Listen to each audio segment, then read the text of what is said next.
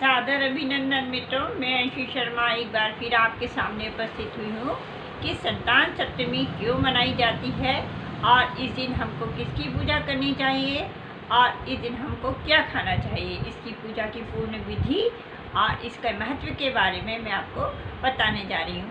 इस दिन क्या करना चाहिए, हमको नहा धो करके शंकर पार्वती की पूजा करना चाहिए। एक जगह शंकर पार्वती की प्रतिमा हो या फोटो हो, वो हमको ला करके मंदिर में रख देना चाहिए। इसके बाद में एक कुमकुम, हल्दी को फूल, चावल, अक्षत, ये सब चीज़ें रख लेना चाहिए।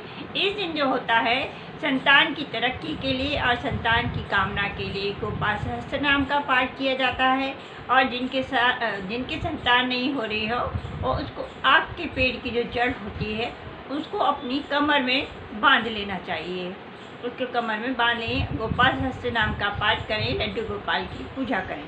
और जो लोग इस पूजा को करते हैं, संतान सप्तमी का व्रत करते हैं, उनको 7 पुए गुड़ के मीठे बनाए जाते हैं और 7 पुए दान के लिए बनाए जाते हैं और 7 पुए अपने खुद के ग्रहण करने के लिए बनाए जाते हैं।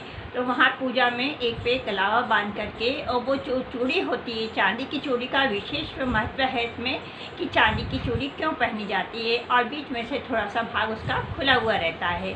और आप देखेंगे कि वो जो चांदी की चूड़ी देते हैं जो संतान सप्तमी के लिए ज्वेलर्स वाले, उसमें आपको 7 लकीरें खिंची हुई दिखाई देंगी जो कि संतान के लिए होती हैं। संतान सप्तमी इसको कहा जाता है। उसको हम कच्चे दूध में और दूबा रख करके उसमें वो चूड़ी को धो लेंगे।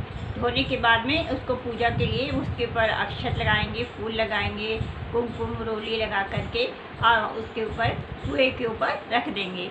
इसके बाद हमको पूजा कर लेनी है। कथा सुनिए संतान सप्तमी की कि संतान सप्तमी क्यों की जाती है, किसे की जाती है, ये कथा वहाँ पर सुनने के बाद में आरती करके, शंकर पार्वती जी की आरती करके और फिर वहाँ पर अपने हाथ जोड़ करके अपने संतान की तरक्की के लिए प्रार्थना कीजिएगा। इस व्रत को करने से संतान की तरक्की होती है, संतान अच्छी होती है। जिनके संतान नहीं हो रही होती है उनको संतान की प्राप्ति भी होती है और हमारे घर में भी खुशियाँ रहती है, मंगल होता है। और ये सारा करने के बाद में जो आपने 7 पुए बनाए हैं भगवान के पास रखे हैं, और दोनों ही पुए आपको साथ साथ रख देना है। और वो जो 1-2 है वो किसी को सुहागिन को सुहाग की सामग्री के साथ में वो किसी को दान में दे देना है वो खाली। और जो 7 पुए रहते हैं वो हमको व्रत वाले दिन हमको सिर्फ वही खाना है। वो संतान सप्तमी के व्रत के लिए जितने भी हमसे खाते बने उतने हम खा सकते हैं। बाकी हम अपने ही घर में किसी व्यक्ति को अपने घर का दे सकते हैं खाने के लिए, और बाहर वाले को किसी को नहीं देना चाहिए।